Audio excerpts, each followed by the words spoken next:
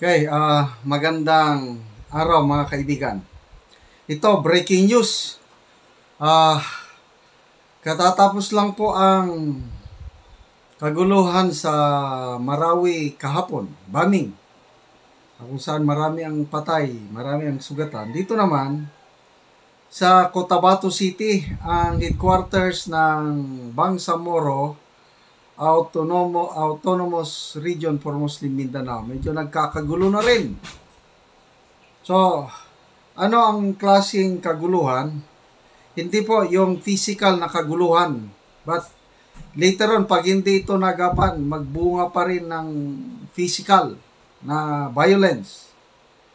Ito po, may natanggap akong memorandum from the Office of the Chief Minister ng Bangsamoro Autonomous Region for Mindanao.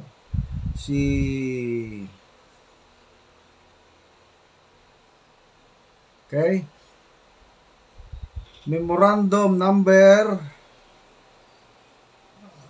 circular number 183 series of 2023.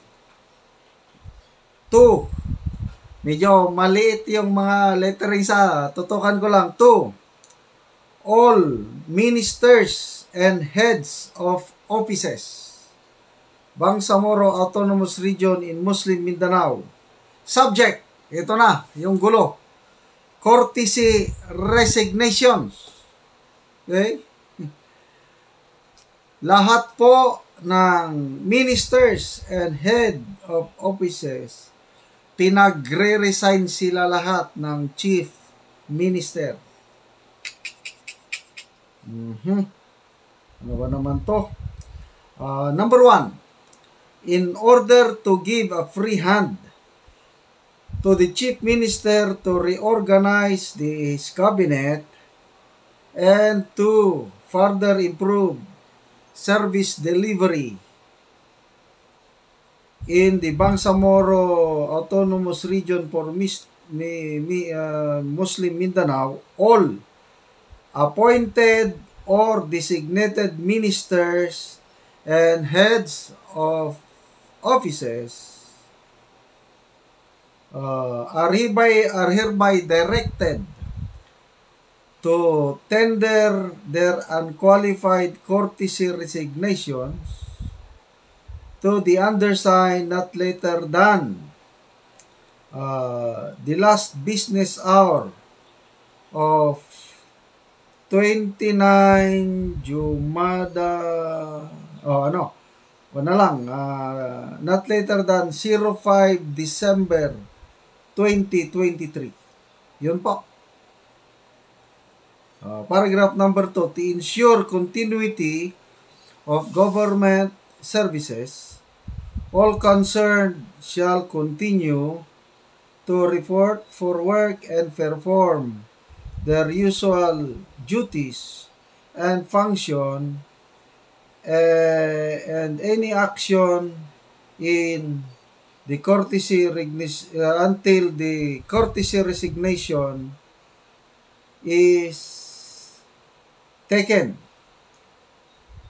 In case a minister or head of office covered by this memorandum circular fails or refuses for any reason to tender his or her unqualified courtesy resignation on or before the deadline, the undersigned reserves the right to exercise the widest latitude of discretion in issuing new appointments or designation as the case may be. This order shall take effect immediately. For immediate and strict compliance, Ahmad B. Ibrahim, Chief Minister. Nako, ulitin ko. To me, baka magkagulo ito. Katatapos lang po, palagi kong sinasabi na all is well sa Muslim front. Kasi matagal na pong panahon na walang kaguluhang nangyayari among our Muslim brethren.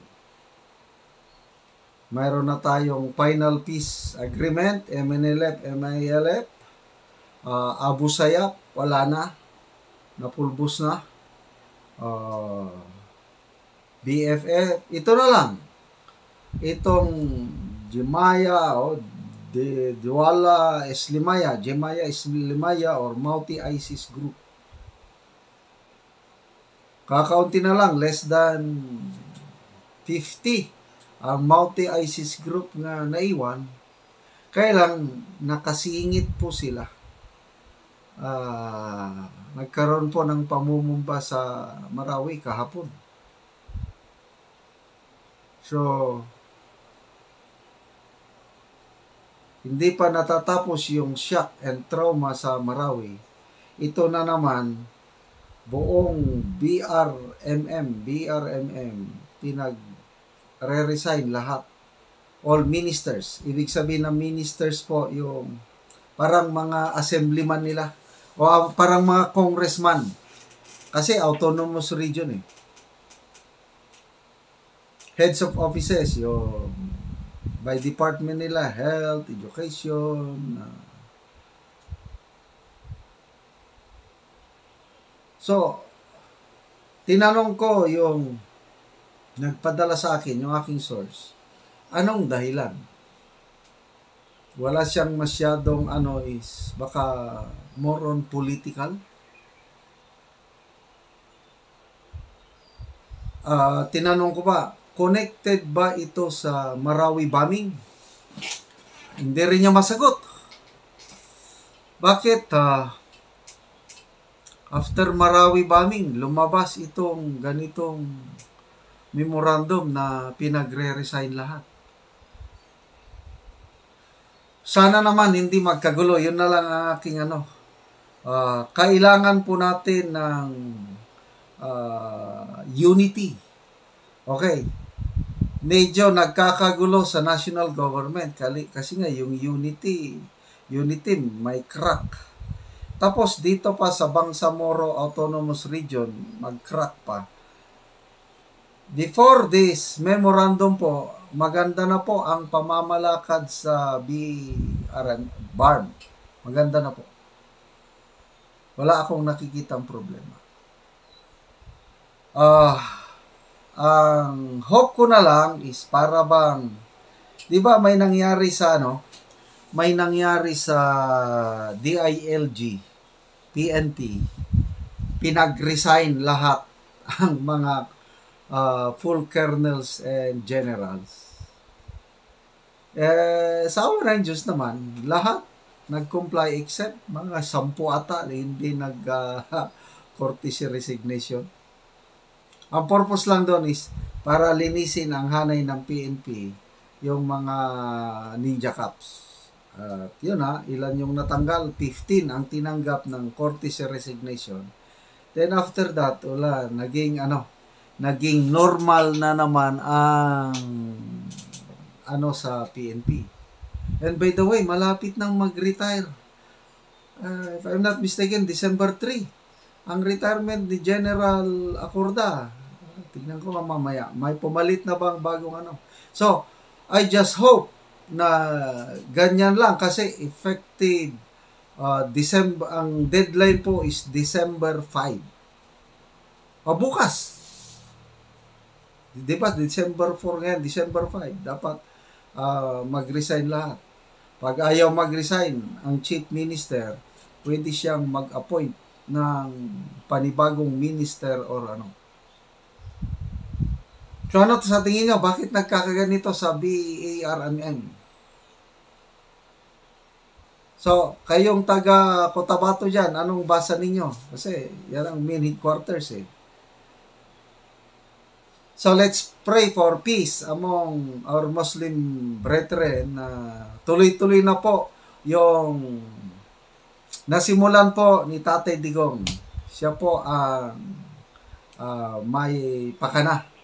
Kasi panahon ni Pinoy, nagkagulo. Nagkaroon po tayo ng Mama Sapano sa 44. Mabuti na lang may digong na nakakaintindi. Kaya all is well na sa Muslim front.